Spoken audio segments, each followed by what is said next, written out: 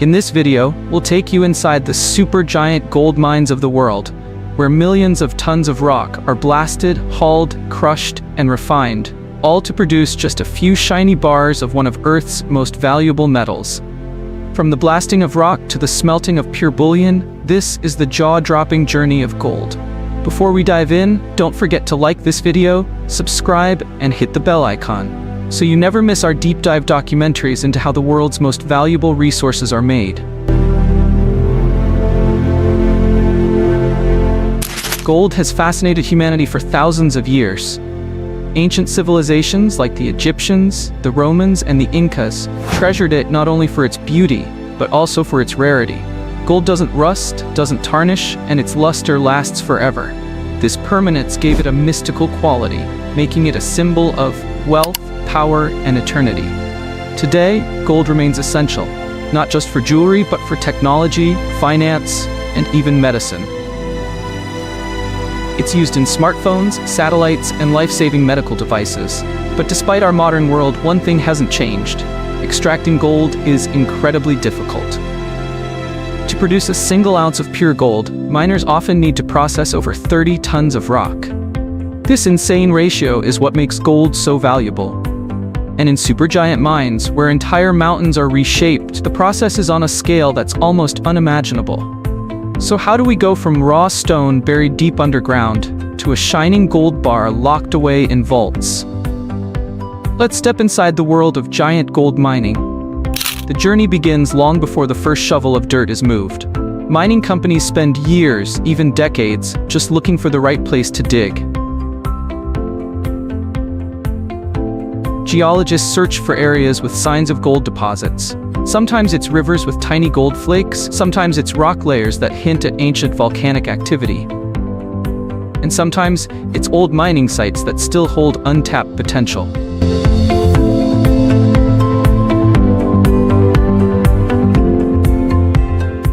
They drill exploratory holes hundreds of feet deep, bringing up rock samples. If lab tests confirm the presence of gold in significant amounts, the mining project moves forward. Gold is rarely found as nuggets. Instead, it's trapped inside hard rock. To get it, miners must remove entire layers of earth. At supergiant open-pit mines, the process starts with controlled explosions. Engineers drill massive holes into the rock, carefully pack them with explosives, and detonate them in a sequence. A thunderous blast shakes the earth, breaking apart millions of tons of stone. After blasting, the heavy machinery moves in. And when we say heavy, we mean it. Gigantic haul trucks the size of two-story houses rumble through the mine.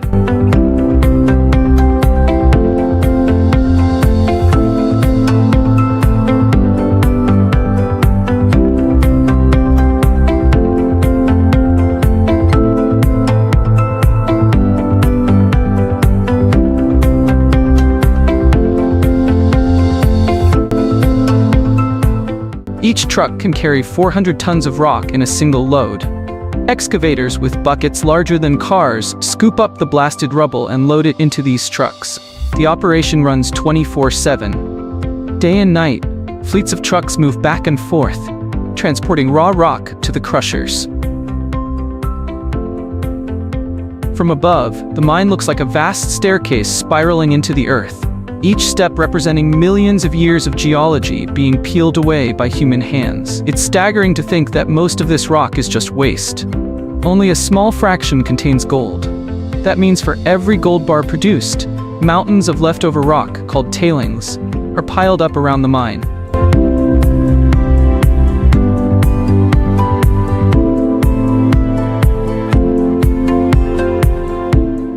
Next comes grinding. Massive rotating mills, filled with steel balls, tumble the crushed rock until it becomes a fine powder. Imagine turning a boulder into dust. That's what these mills do, often processing hundreds of tons every hour. This powder is then mixed with water, creating a slurry. Now the gold is still locked inside, but the slurry is ready for the next stage, chemical separation. It's here that gold mining moves from brute force to precision science. Gold doesn't separate easily. To pull it out, miners use chemistry. The most common method is cyanidation. The slurry of powdered rock is mixed with a cyanide solution, which dissolves the gold, separating it from the worthless rock. While cyanide sounds dangerous, and it is, mining plants operate under strict safety systems to prevent leaks and contamination. Another technique is flotation, where air bubbles are pumped into the slurry. The gold particles attach to the bubbles and float to the surface, where they're skimmed off. After separation, the gold-rich solution is passed through activated carbon or zinc precipitation, pulling out the gold from the liquid. What's left is a concentrated material, still not shiny yet, but much closer to pure metal. This process is carefully monitored with labs inside the plant. Every hour, technicians test samples to ensure maximum recovery. After all, every tiny speck of gold is worth money. By this point, millions of tons of rock have been reduced to just a few pounds of concentrate. But it's still not the beautiful gold you imagine. To get that, we need fire. The final transformation happens in the smelter. The gold concentrate is dried and placed in furnaces, reaching temperatures of over 1,100 degrees, 2,000 gauges per hour. At this heat, the gold melts, separating from impurities like silica, iron, and sulfur. These unwanted materials float on top as a molten slag, which is skimmed away. What's left is glowing liquid gold. Workers carefully pour it into molds, where it cools and solidifies into doré bars. These bars aren't perfectly pure, usually around 80 to 90% gold, but they're ready to be shipped to refineries. At the refinery, advanced processes like electrolysis bring purity up to 99.99%. The final product? Perfectly polished gold bars stamped with their weight and purity. The kind you see stacked in bank vaults or traded in global markets. Think about it. A journey that started with millions of tons of rock has ended in just a handful of shiny bars. This contrast, from sheer volume to extreme rarity, is why gold holds its value so powerfully. If you enjoyed this journey inside the hidden world of mining, make sure to hit that like button, subscribe, and tap the notification bell, so you'll never miss our next exploration into the industries that power our world. Thanks for watching, and we'll see you in the next adventure.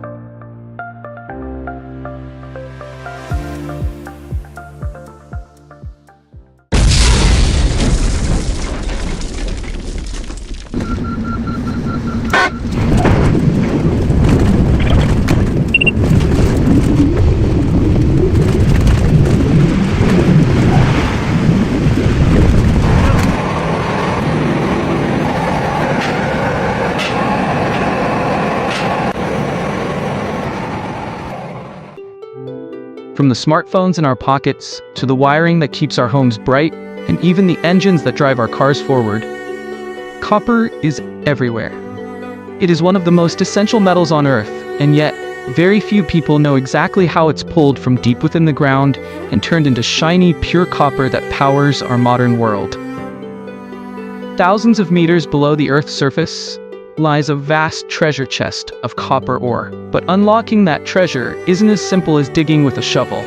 It's a process that requires giant machines, explosive force, precision chemistry, and weeks, sometimes months of transformation before a rock can become one of the world's most useful metals.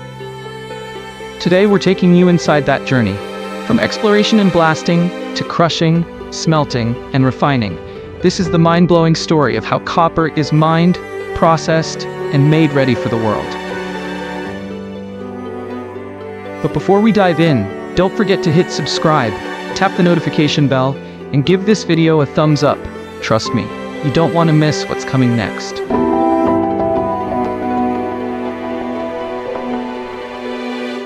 Copper is often called man's first metal. Why? Because it was one of the very first metals ever used by humans, dating back more than 10,000 years. Ancient civilizations like the Egyptians and Mesopotamians discovered that copper wasn't just shiny and beautiful. It was also strong, malleable, and resistant to corrosion. That meant it could be shaped into tools, weapons, jewelry, and even the very first plumbing pipes. Fast forward thousands of years, and copper remains just as important, if not more. Today, copper is the backbone of modern technology.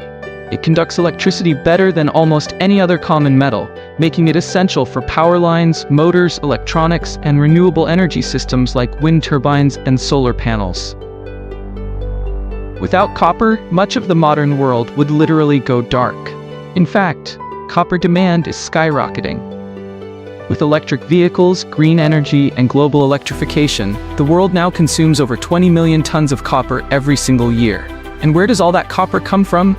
Not from recycling alone, though recycling is hugely important,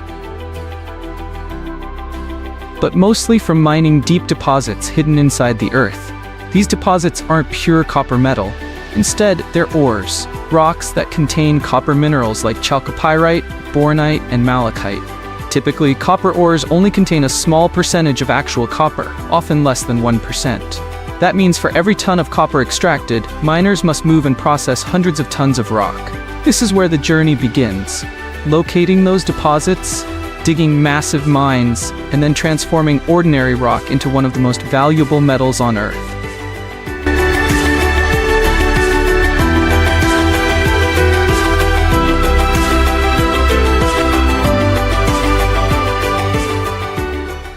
So, how do we actually find copper in the first place?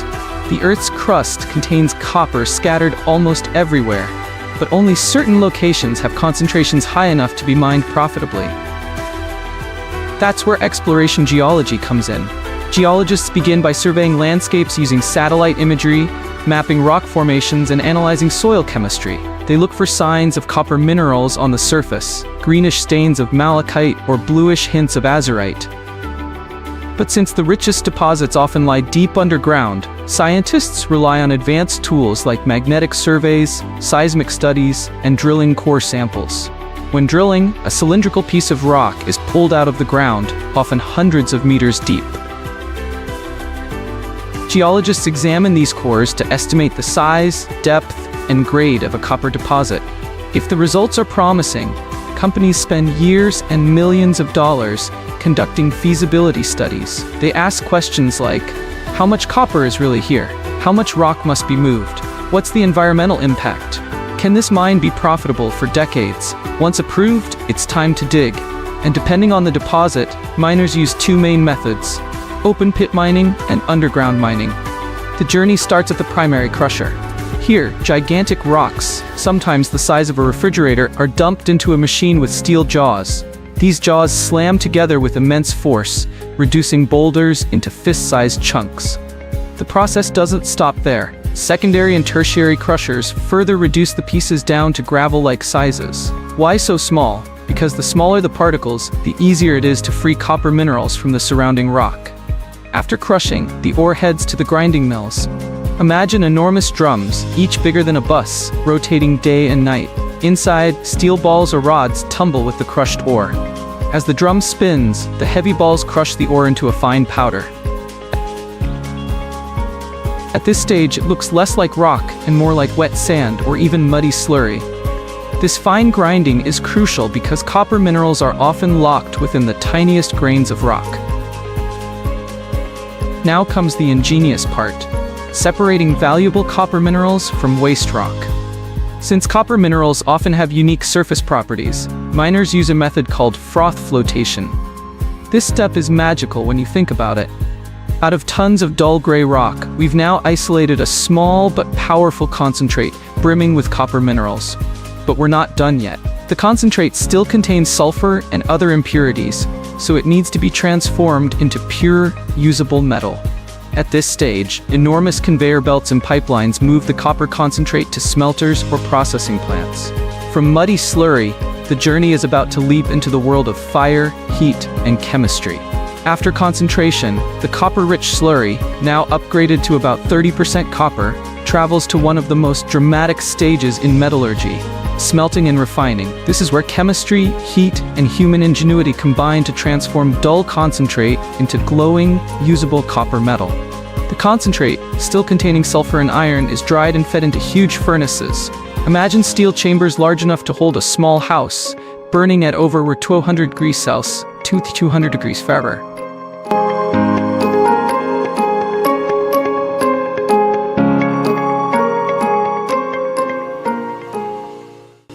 The molten matte is then transferred to another furnace called a converter. Here, air or pure oxygen is blasted through the molten material.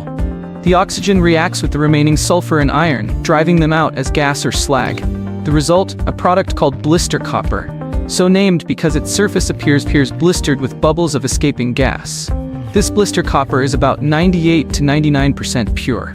But 98% isn't good enough for modern technology. Smartphones, electrical wiring, and medical devices demand ultra-pure copper, 99.99% purity. To reach this perfection, blister copper undergoes electrolytic refining. When the process is complete, what emerges are sheets of copper so pure they gleam like mirrors, ready to be rolled, drawn, and manufactured into countless applications.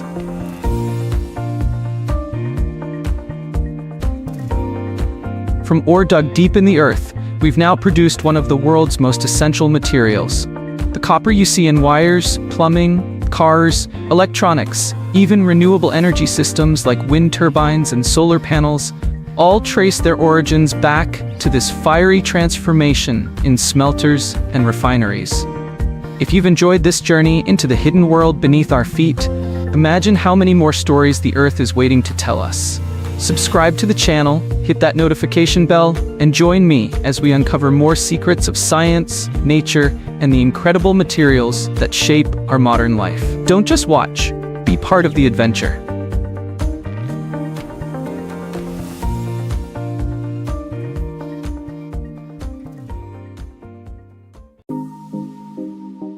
Beneath the Earth's crust, hidden in ancient volcanic formations, lie some of the most prized treasures known to mankind.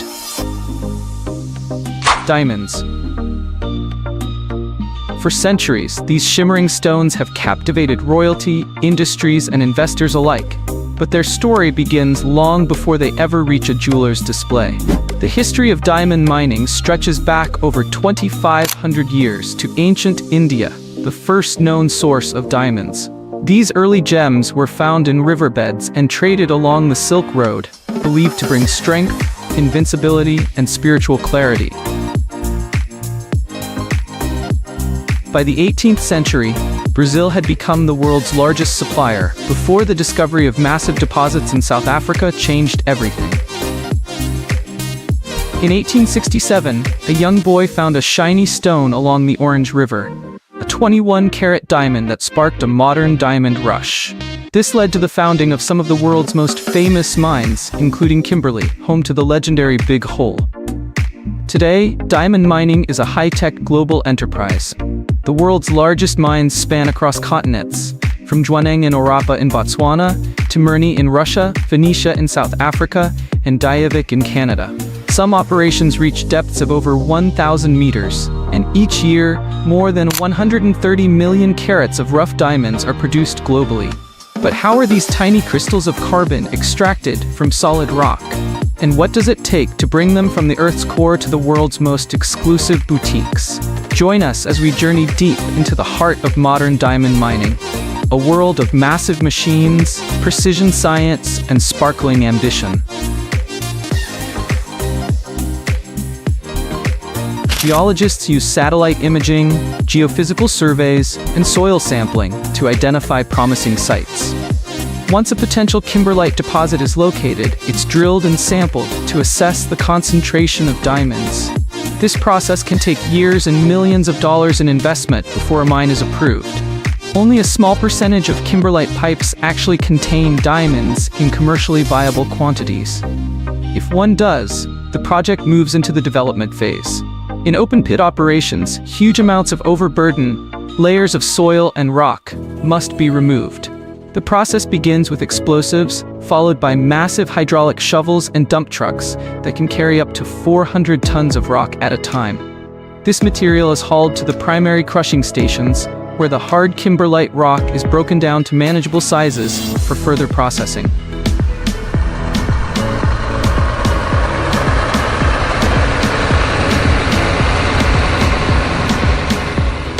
Once the ore is brought to the surface, it enters the primary crushing phase. Here, giant jaw crushers reduce large rocks into smaller pieces. The material is then passed through secondary and tertiary crushers to reduce it even further. By now, it resembles gravel-sized particles. The goal? To liberate the diamonds trapped within the rock matrix.